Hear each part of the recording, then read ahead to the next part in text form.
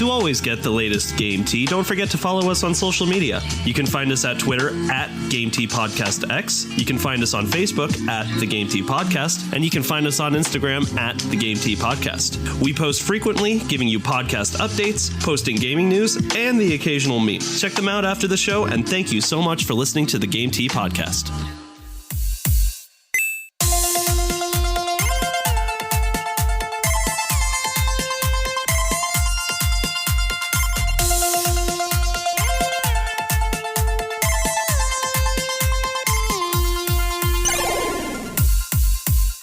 Everybody, and welcome to another episode of the Game Tea Podcast. My name is JP.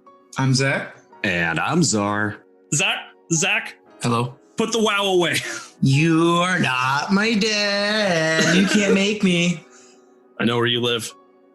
So? What a great response to that question, honestly. So, what are you going to do about it? It's the end all of all conversations. All right. I'll stop shitting on JP. So, guys, for this segment, we are answering gaming's biggest questions. This is one of my favorite segments, by the way. I don't know why. It's just so interesting to contemplate these things that we always talk about. I love it. And it leads to a lot of debating. And JP's a master debater. Ooh. The key is to just be louder than everyone else. That's how Trump became president. All right. We're going there right away. All right. Hell yeah. So in this segment, the 3 general questions about video games will be picked and then discussed by all the hosts. There are generally no rules to discussion other than trying to make it interesting and total bullshit chaos. I like total bullshit chaos. That's all we are here. Yeah, you're not kidding.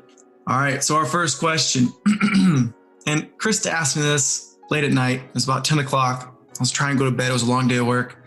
She goes, Zach, have you ever given a game a 10 out of 10? And I go, no game is perfect. And then she goes, well, then why is it out of 10? And I go, well, because... And then she asked me another question. And I was like, well, but... And so anyway, the question is, because I couldn't sleep that night and she ruined it for me. If you have a rating scale that goes to 10, but you don't have a game that can ever reach a 10 out of 10, do you fix the scale? Well, I think to start answering the question, is there actually a game that you guys would consider a 10 out of 10 in your opinion? Zach already answered no, there's no such thing as a perfect game. What about you, Czar? I want to say there is, but a lot of this question is subjective because a game I'm just going to use this as an example because I always use this game, Alice Madness Returns. It's not a 10 out of 10 for me, but let's just say it is. But to you guys, it'd be like a 3 out of 10 because you do not care about it. You might not even think the game is very good. So on a personal preference, I would say that games can reach 10, but it's very hard to speculate from an actual critic service that rates games if a game could ever be a 10 out of 10, because what criteria do you have to meet to be considered a perfect game, quote? And that's the challenge of the question, right? Is there would have to be a consistent grading scale that literally everybody who does what we do uses in order to make that work.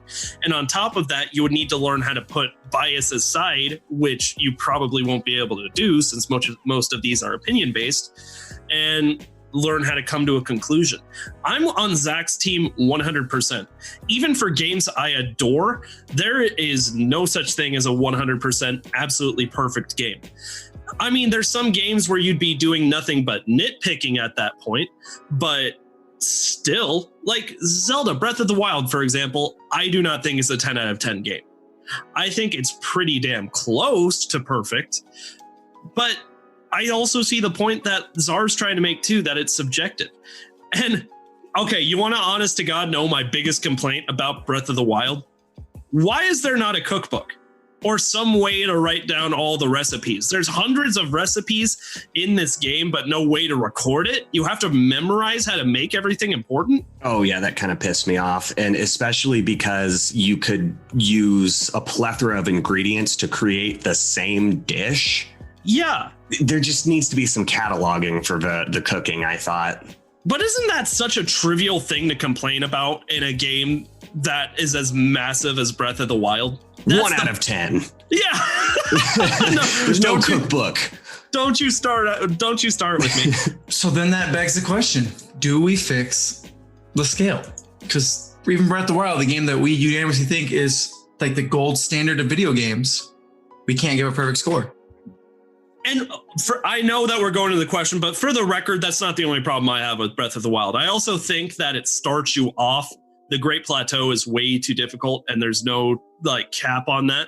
When you're still learning how to play the game and weapons are breaking, it's kind of frustrating. Like, you have to stick with it, and then it becomes immensely fun.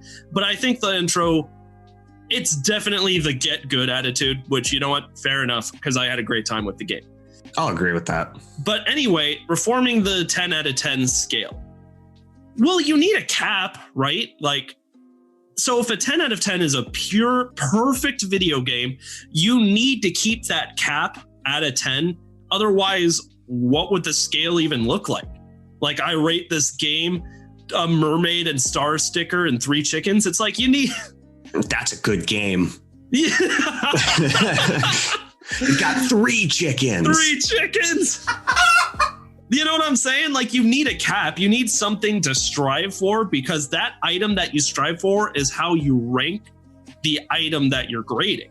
I'll agree with that point, and I think maybe I'll twist this a little bit and say that the numbering scale, the 10 out of 10, or even for Metacritic, it's like out of 100.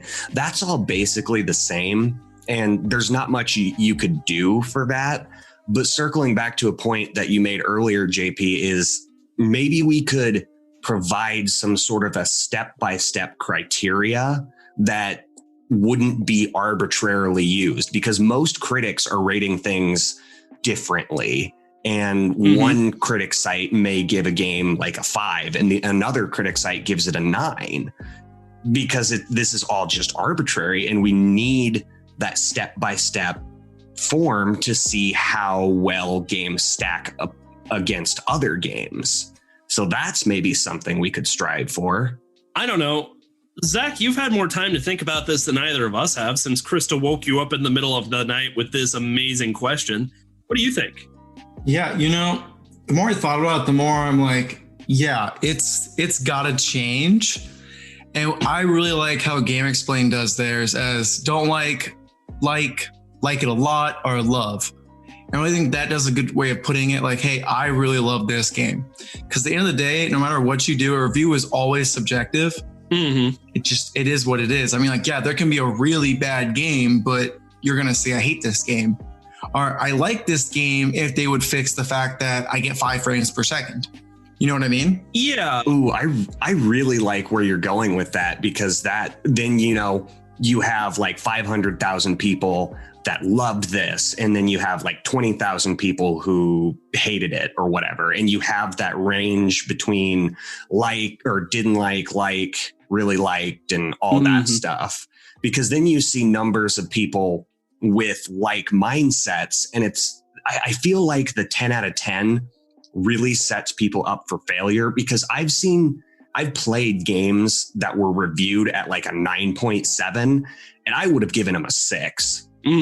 And so I really like what you say, Zach. I think that we should go to a more standard of I liked this or I didn't like this.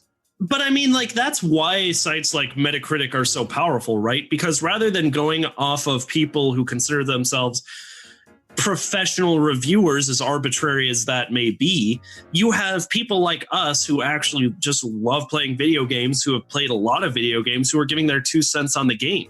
Those are the opinions on the game that are the most valuable.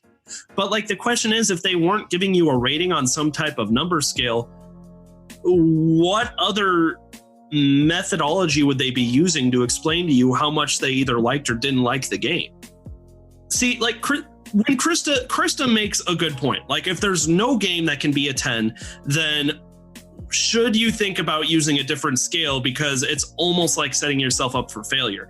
But where I'm struggling is like, okay, but if we didn't have this system, what would we use instead? Well, we could just cut the limit at a 9.9. And, you know, the highest a game could ever do is a 9.9, because there is no such thing as perfection. And that 10 is just, don't even think about it. I mean, Maybe, but then wouldn't the new cap be 9.9?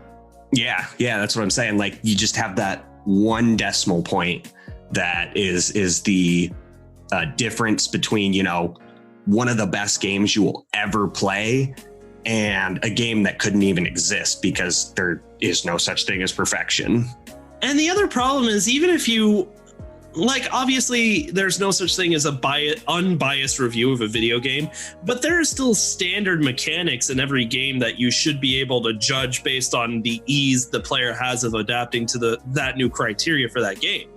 You know, for example, you know, you may or may not like the story of a game like, I don't know, I'll just throw one out there, Ocarina of Time.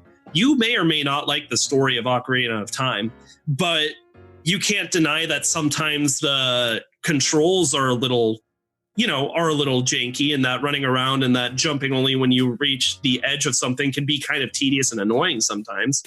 That's more of a fact of the game rather than an opinion. But even then, that's still kind of an opinion. I don't know. Help me. It's a good one, right? Haha. It seemed like the answer was so obvious at first, and now you guys have both brought up good points, and now I'm thinking about it. Well, that's how all of these questions on video game topics go. We always just kind of leave ourselves unanswered. Yeah, I know. And it's so open for interpretation. I think the best thing we can do is leave the scale as it is now, but accept it for its imperfections, because it's kind of the best option for giving a grade that we have at the moment. But I mean, like, ultimately, you shouldn't just be buying games off of their reviews anyway. Well, you should be looking at the reviews, but like the ratings, you should still play a game if you think it looks good, because that's just the thing, is you really need to try games for yourself because there's so much bias in gaming ratings and game reviews. Like, if something looks interesting, by all means, pick it up. Absolutely. Do your own homework. Yeah, get your own opinion. This one's mine. Oh, boy. Good question, Zach. You guys ready for question number 2? Yeah, let's do it. All right. So when is a game considered completed? If it's Bethesda, never. Well, maybe now that Microsoft owns them, they'll be singing a different tune, because the memes about like crying people is like Bethesda when Microsoft makes them finish a game. It's been chef's kiss. Brilliant. I love them. I really like this question though. Especially it's a lot different now. Like, if we had this podcast, even though I don't think podcasts were a thing in the 90s, with like the Nintendo 64, those games absolutely completed. You know, you got the cartridge, play it start to finish, whatever's there is there, it's done. But now with today in digital downloads, we have endless DLCs and endless stories to tell. So it's really hard to say that a game could actually be complete anymore when you just have more DLC thrown into the mix. Okay, but there's still, like, you can still 100% a game. I think the question is more like, is the game complete when you beat the story or when you 100% finish the game? Oh, okay. So we're not actually talking about the developers. We're talking about the players. Haha, I left it intentionally ambiguous to confuse you. You son of a bitch. You whore. Now you look stupid, Czar. Ha ha ha ha. Hoo hee hee. I didn't even need to open my mouth to look stupid. No, so this is not a pick on Czar day. But yeah, I wasn't very specific. I was taking it how JP meant it. So, I think when I looked at the script originally, I took it that way. So I don't know why I went in that direction. You know what? That is not to say that what you said was not an interesting assertion, though. And we will certainly get back to that in a moment. But the reason why I thought this question spoke to Czar more than Zachary is because, like, okay, like, for example, right now, don't ask me why it took me so long. I'm doing my very first playthrough of Skyrim ever. Ooh. Okay, yeah. I was waiting for the collective gasps and sighs to subside so I can keep going when I'm saying Bruh, yes. That game came out November 11th, 2011. I am well aware of when Skyrim came out. I know. I missed the boat. I never played until it came to Switch, so I can't judge you, JP. So I'm having a great time playing Skyrim, but it is notorious for how much time you can sink into not just the story missions, but bullshitting around with the side stuff and just wandering around looking for plunder. So what I'm trying to say is there's obviously a main story that goes along with Skyrim, but some people won't stop until every quest has been finished, no rock has been left unturned. Is that when you consider the game completed, is when it's 100%? Or when you beat the story mode and you're satisfied with the amount of time you've put into the game? I think the answer could be considered both. For me, no PC answers, Czar. You have to go full hard opinions on this podcast. All right, I'll get into the hard opinions then. I mean, it's really difficult for me because I am such a completionist and will try to 100% games. And yeah, in the back of my mind, that game is always on the back burner and is always in my mind. Like, I want to finish it. I want to just get that last 2% of the game finished, but I move on to other games anyway. So my opinion would be a game is complete when you feel like you have gotten your money's worth. Oh. When you can put down a game with full satisfaction and move on to the next game, whether that be if you finish the story or if you 100% the game, or hell, even if you like make it to the final boss and you don't kill the final boss. If you feel like you're done with that game, it's completed. That is the wrong opinion, Czar, and let me explain to you. No, it's just, I feel like a big hole in that is like, for me, I stop playing a game not when I'm satisfied, partially when I'm satisfied, but I play games beyond when I'm satisfied with them. I stop playing a game when I get bored of that game. And for me, sometimes that happens way before I complete the story. Sometimes that happens way after I complete the story. Sometimes that happens way after I 100% the entire game. Infamous Second Son is the example of that. You can 100% complete that game in probably about 20 to 25 hours. It's not a super long game. There's a decent amount of replayability. But once you're done with literally doing everything there is to do with the gameplay is so immersive and fun that just fucking around is still a good time. And then there are games with like Paper Mario and the Origami King. Guys, have you beat that game yet? Paper who? Oh yeah, I like almost 100% of that. That's one of those back burner games that bugs me at night because I just need like 3% left. There's like one confetti hole and one other thing that I haven't found. Zach, what about you?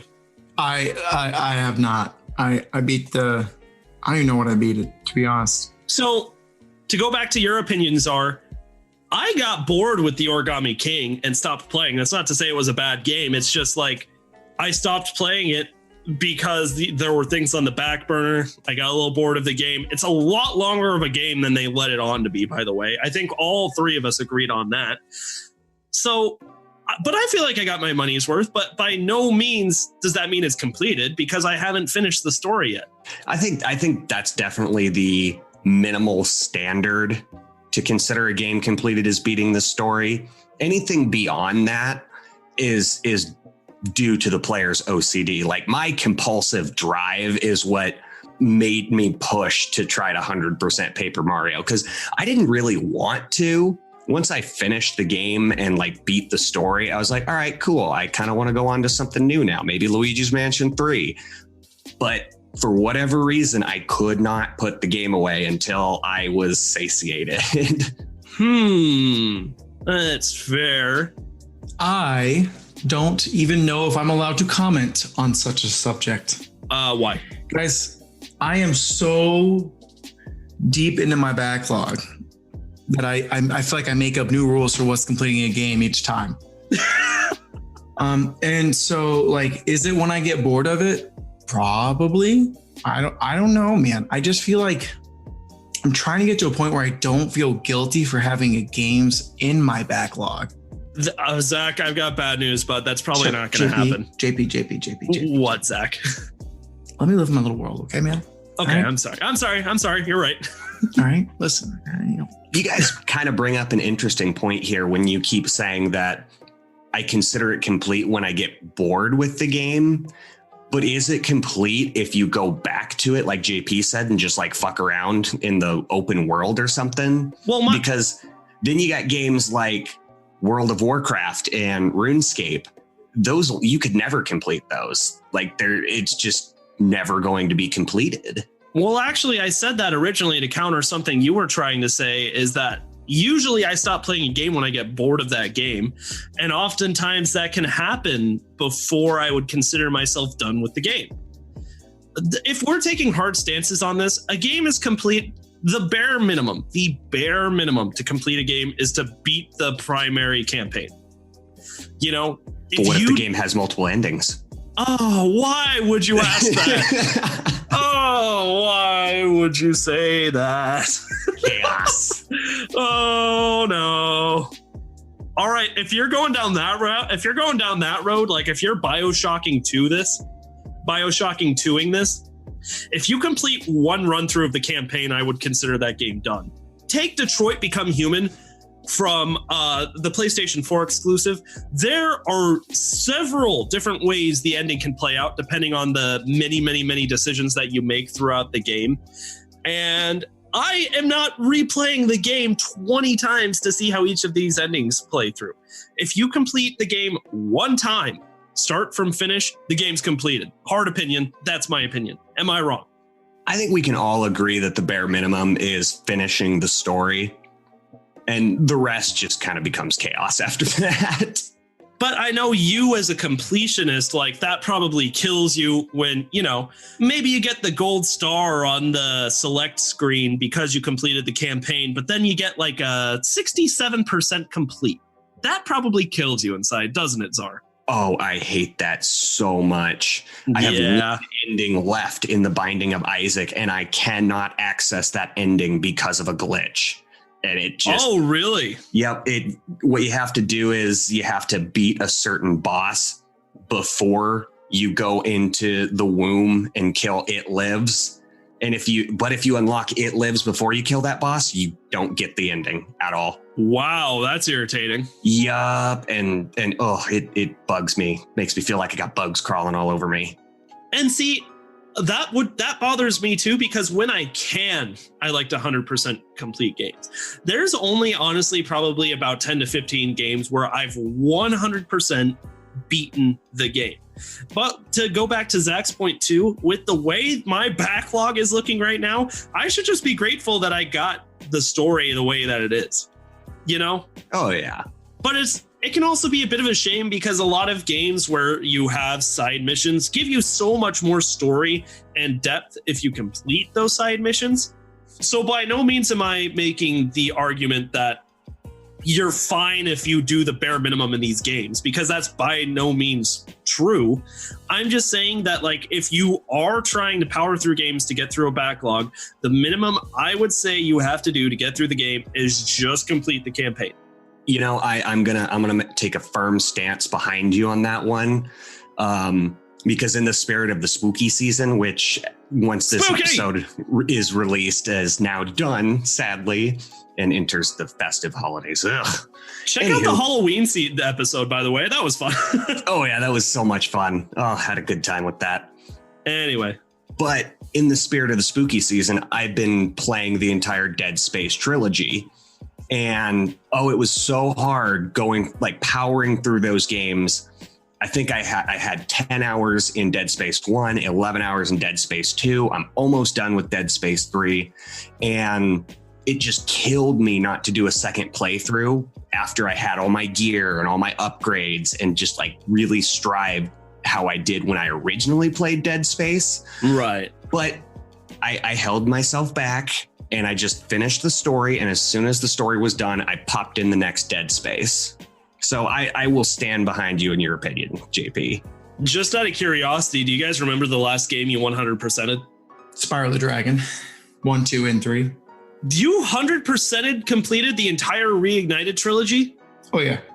How? All skill points. Oh. It's like my childhood game. I like to go back to it every now and then. Interesting. What about you, Czar? Lego Batman 3. Hey, no shame. I've heard that game's great. Oh yeah, I love a good Lego game, and those games when I can't get satisfied for 100%ing like Paper Mario and stuff, I'll go play one of my mini backlog Lego games and just knock it out 100% because those are really easy to 100%, and it just gives me such bliss when I hit that mark. So, What about you, JP? I was gonna say, you guys want to hear mine? Yep. Would you 100%? I'm very, very, very proud of this one. The very first Crash Bandicoot that's in the Insane Trilogy, I 100%ed all the time trials, got every diamond for going through every level without dying one time. Even the DLC secret unreleased level for the PlayStation 1 that was taken out of the game for being too hard. Got the diamond on that for going through it without dying once. Yeah, that's madly impressive. Yep. And I'm pretty sure we've talked about it a couple times in the podcast, and you are insane, pun intended, for doing that. I honestly think I'm a bit of a sadist. I think I enjoy, that's why I played Cuphead. That's why I played Getting Over It. And that's why I put myself through the hours upon hours of torment trying to get that stupid diamond. But that is one of my proudest gaming moments right there. As well it should be. Not a lot of people can say that. Flex. I'm flexing. I'm not going to stop flexing until the end of this episode. Actually, that kind of hurts. Do a dab. I already did several times. It's just for me. I know you guys can't see me, but the dabs are for me. JP just want to ask that question so we can flex that on us. You did good, JP. You did good. A little bit. But not to say that you guys aren't impressed. Like, Zach, that actually is really impressive getting through the Reignited trilogy. I mean, the Crash one's a little bit more impressive. How many times did you cry? That's the real question. How many controllers did you break? Yep. The answer to both of those questions is yes. And with that, that's kind of funny. We ended on Crash and Spyro there. When are sequels bad? Ooh. Is it when you have a remake of Pokemon every 3 years? Is it when you've rebooted a franchise twice, Halo? Is it when you literally are making up new names in COD? Or is it the people who don't know what the definition of final means in Final Fantasy? When are sequels a bad thing, boys? Ooh, there's a lot of different branches to this tree. Yeah, no kidding. I don't even know where to start. I'm going to use the example of Dead Space again, because the sequels are amazing. And believe me, I need a Dead Space 4. How they left the story, there has to be a Dead Space 4. It's never going to happen. I'm sorry to all you listeners out there. It's not. Cool. But like, those sequels were great. They were also terrible because of the company that surrounded them, EA. It's in the game. Not anymore, it's not. You have to pay for it. Yeah, basically. EA Sports. Go fuck yourself. Yeah, basically. Because shit, I found out after like 7 years of not touching Dead Space 3 that I didn't even finish the game because you have to pay $10 fucking to see the actual ending of the game. Thanks, EA. Yeah, what kind of shit is that? And so my first branch that I say when sequels are bad is when that happens, because the story is amazing. I was absolutely compelled. But then you just got the greedy, predatory practices surrounding the game that's like, hey, you want to be better at the game? Hey, you want more resources so you can make better guns? Hey, do you actually want to see how the game ends? That's when a sequel is bad, because it's just setting up people's hype to funnel money into a company because they already know that people are compelled by this game and that they will pay any price. Hell, there was even a microtransaction for one of the scavenger bots that you can deploy to collect resources. And it was $5 to give your bot sarcastic personalities. So it would chew you out if you deployed it in space or when enemies were around. You suck. Like, what the fuck? I'm not gonna lie, I agree that's a little sleazy, but that does sound like a little fun, and I might have caved for that one. That sounds fun. I would love to have my bot tell me how much of an asshole I am, but I'm not paying $5 for it. Anyway, so that's just one take on how sequels can go the way of the dodo, and hence why we never got a Dead Space 4. Very, very interesting. Can I paint a picture for you boys? Absolutely. I would love it if you did that. I love pictures. You may know that I like a certain game. Really, it's certain two games. One is called World of Warcraft. Uh-huh. More like World of Crack. I'm rubbing my temple, by the way. Just going, And guys, I have played this game off and on since 2008. I have made so many friends, so many late night runs, doing raids, doing dungeons, not for any point other than just to F around and goof off with people. Some of my greatest times are on this game. So even though there were times where I'm mad at the game because it's not always balanced the right way, and I kind of want like the expansion to die or the game to move on, I'm always secretly in the back of my head excited. I'm excited when a new expansion comes out. As much as I hate Activision, what they've done to Blizzard, and I've talked about that many times, there's always a secret little kid inside of me cheering when the next expansion gets announced. Because in the back of my mind, I'm like, okay, which one of my friends are going to come back with me? Like, who's going to play this game with me again, even if it's just for a little bit? And I know I'm never going to be able to relive those same like 2 a.m. adventures, going through old dungeons and goofing around in PvP and just being a monster meanie head and like battlegrounds. I know that I'm too old for that, but I also secretly look forward to the time where I get to just go back there and hang out with people and just catch up and relive, even though this isn't the glory days of World of Warcraft by any means, and just relive the times of hanging out with like old people and just kind of reminiscing. It is like the nostalgia high all over again when World of Warcraft releases a new expansion, which I consider a sequel. I mean, it's not WoW 2 by any means, but like it's a continuation of the story that World of Warcraft is told.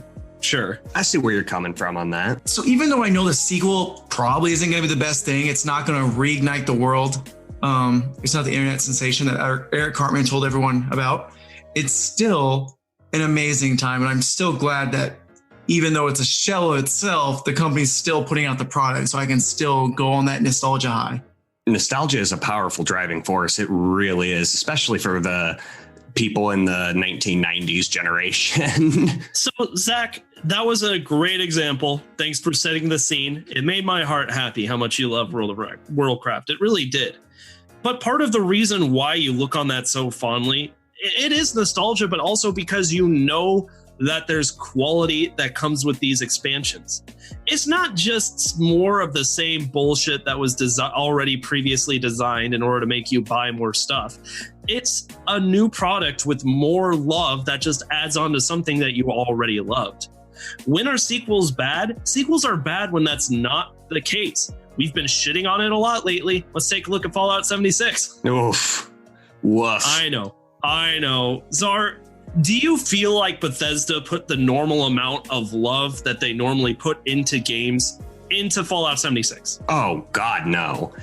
And I mean, I think kind of an opinion based off of Bethesda and the Fallout branch, a sequel is bad when you completely change everything that people loved about the game to begin with. I mean, obviously, you can't just cut and paste the same mechanics into a new game because that never goes over well. But you can't completely reshape the entire format from the ground up via adding a multiplayer aspect or adding, not being able to fast travel to certain places. Yeah. And when you divert from everything that made this game amazing, that's when you give up on a sequel.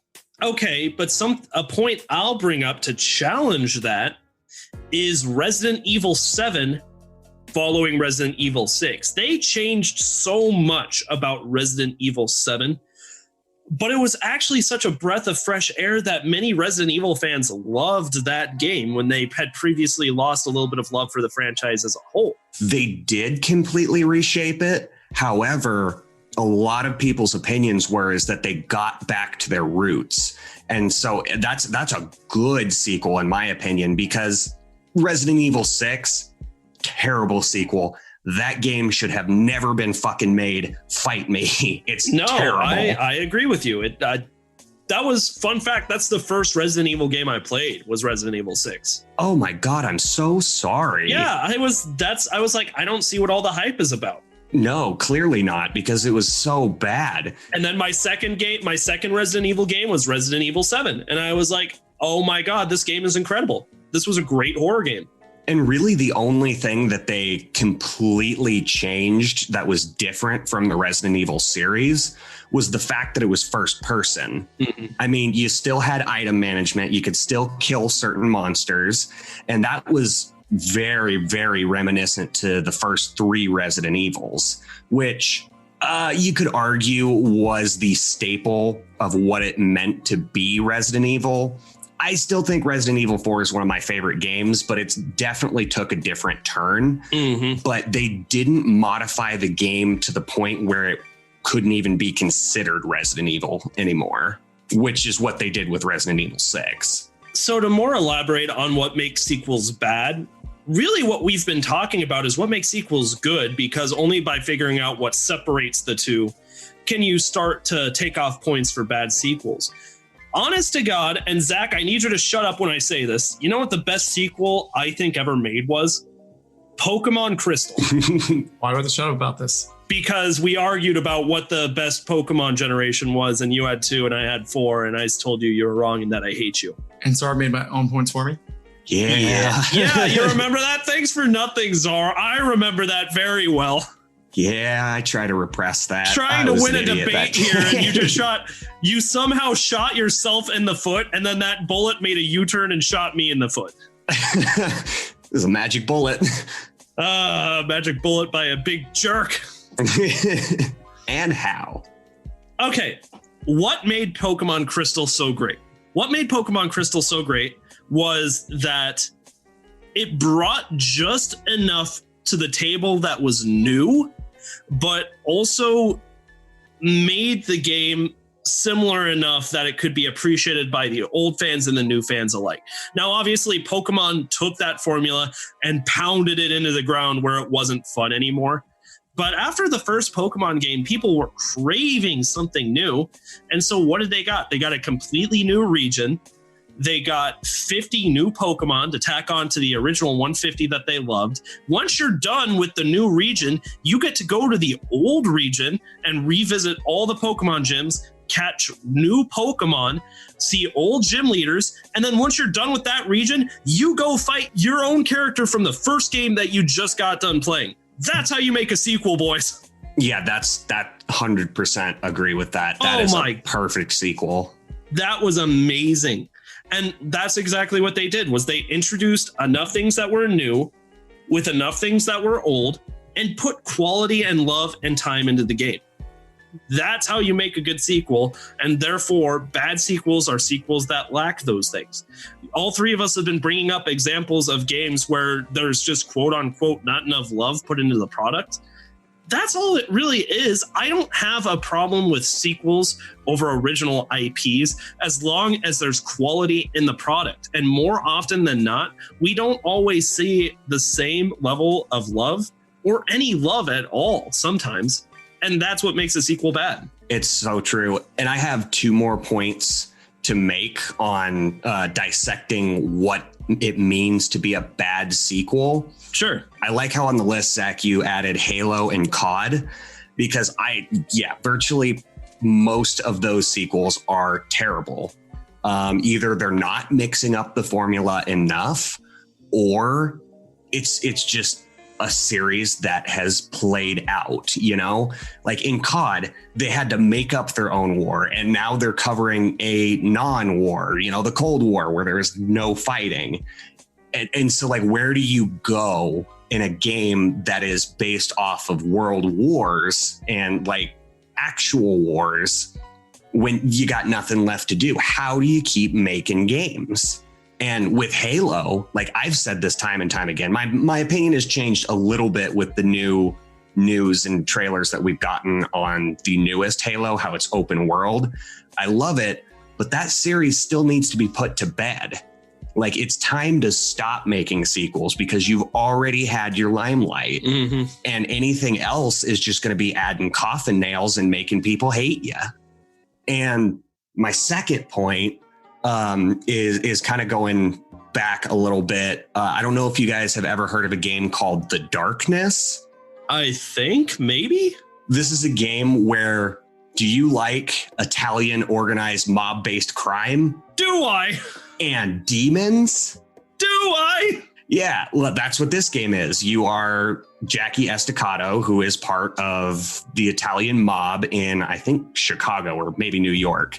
And you get killed on a hit that you were supposed to perform, and you get resurrected by this thing called the Darkness. And so now you got these two black tentacle snakes that sit on your shoulders and will literally rip people's hearts out and eat them. That's how you level up. Oh, good golly gosh. And it was so dark and morbid and so cool because, yeah, you had this supernatural aspect, but you're also part of the mob and you got to take care of your family. Otherwise, your family's going to turn on you and you have to lead the family. It was such an amazing game.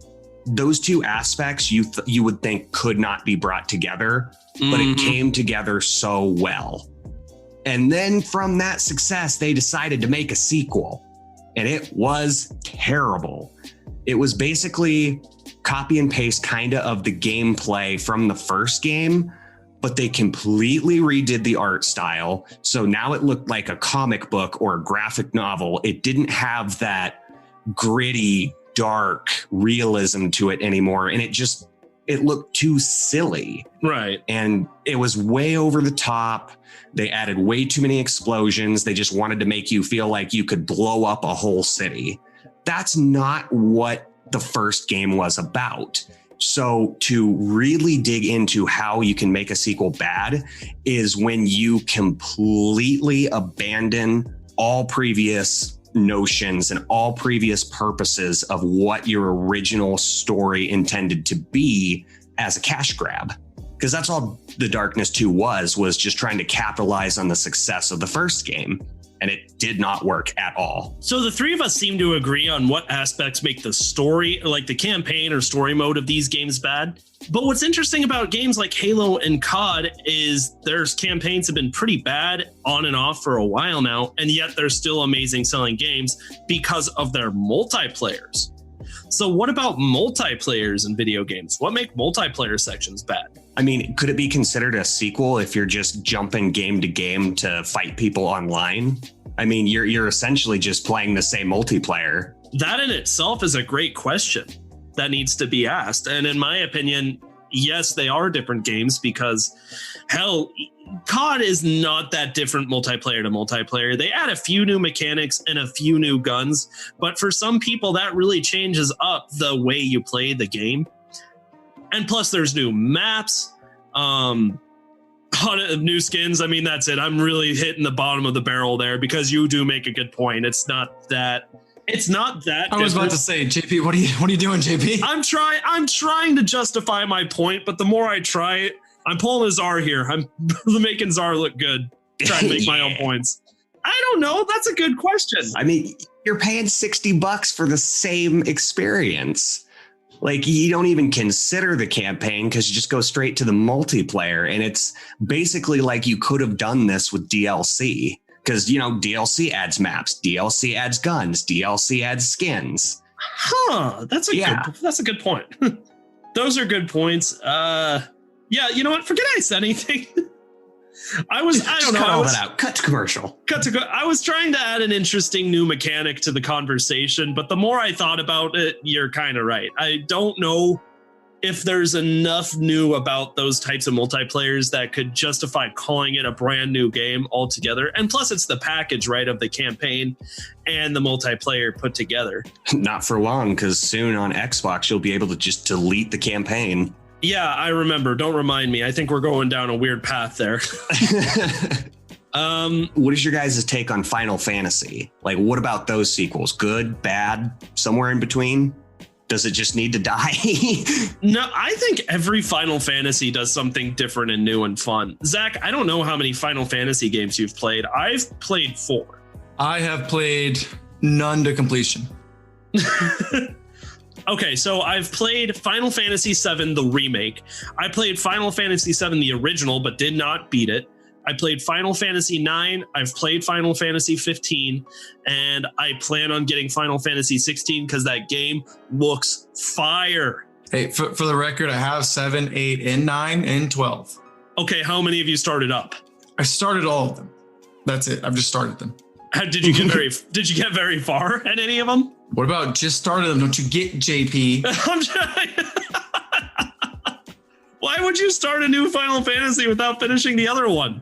I don't know, because I think that I'm going to have more time when I do it. I don't know. I'm sorry. I don't mean to be calling you out like this. All right. Circling the question back, though, do you think how they make their sequels that they're doing it well, or are they kind of going the way of the dodo? If you're interested in Final Fantasy, you could start playing at any game in the entire series and have a great time without any prior knowledge of any of the other games, because it does not make that much of a difference, except in a few cases. That is the sign of a great sequel, in my opinion, is the fact that each one of these games offers something new and fun and exciting and unique while still offering something similar. And that's what makes a good sequel. So even though like the stories don't have to be tied and you can just jump into whatever game you want, that does not qualify that as a bad sequel? Not in my opinion, as long as there's quality behind the game and you still have a good time playing it. It's like, okay, so like if you jumped from Final Fantasy VII to Final Fantasy VIII, having any prior knowledge of what's happening in Final Fantasy VII will not give you any advantage to playing Final Fantasy VIII, because you're introduced to a new roster of characters with new abilities in a new setting with a new story. And sometimes they even take place like hundreds of years apart from each other. Exactly. That's what a lot of people don't understand about the Final Fantasy series, and that's why it can be so intimidating for people who do want to jump in, is that none of the games are connected at all except in spin-offs. For example, like you could play Crisis Core, but that's considered like a direct link to Final Fantasy VII and does not ruin your ability to play Final Fantasy VIII or any other Final Fantasy game for that matter. I think that the Final Fantasies, each game is very, very unique and very fun.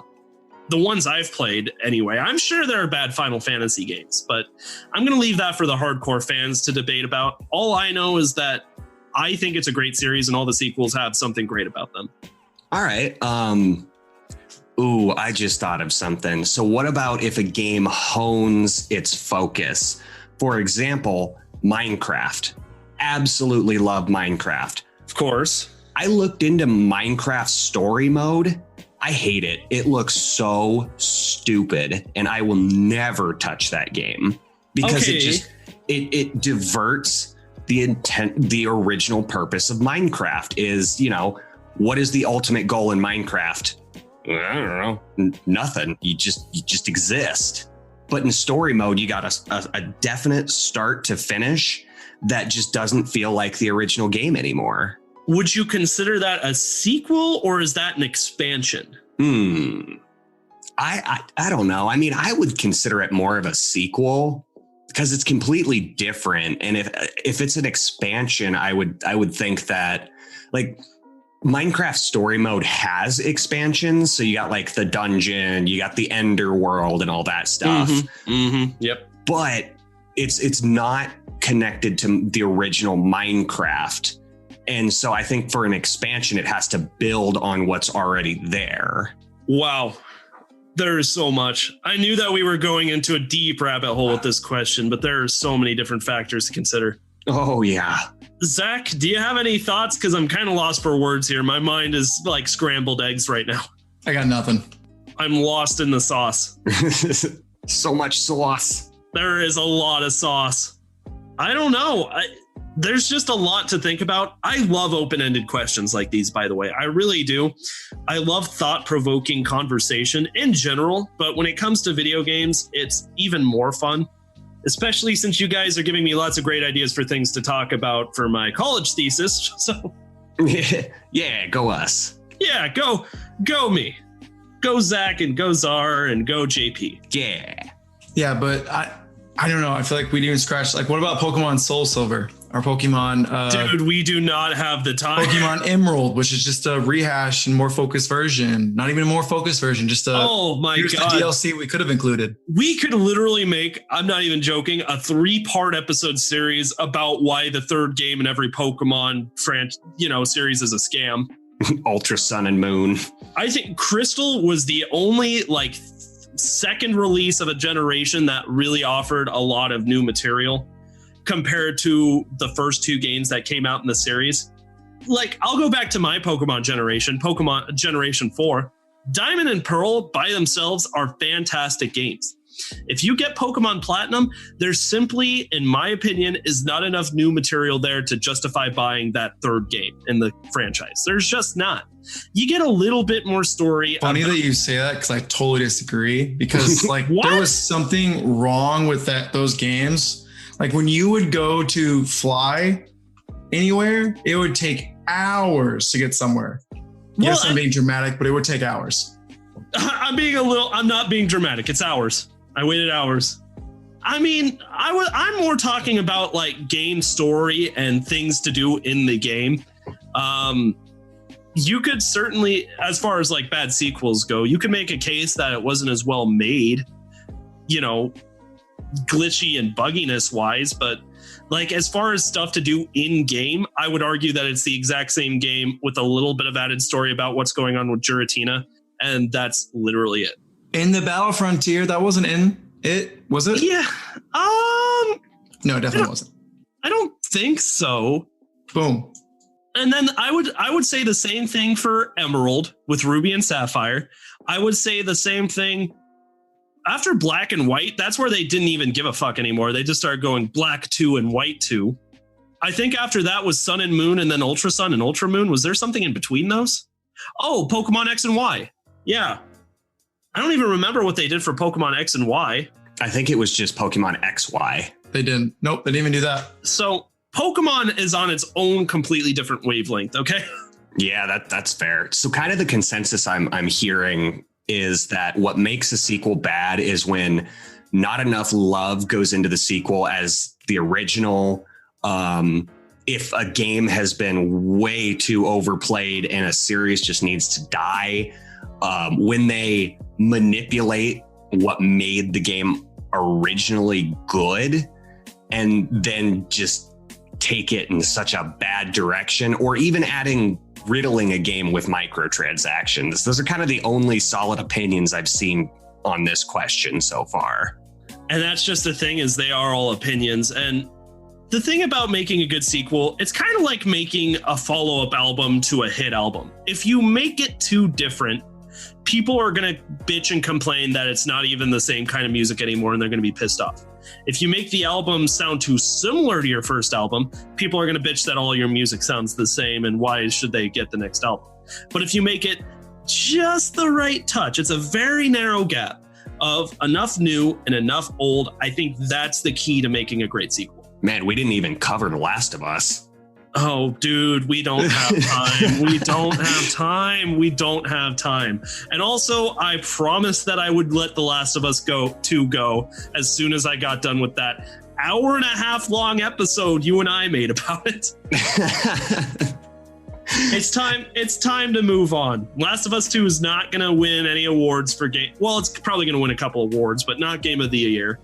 I knew if I just tugged at that thread a little bit, it would unravel. Oh my god, dude! There is so much that I could and have said about The Last of Us Part 2, but I got it all off my chest.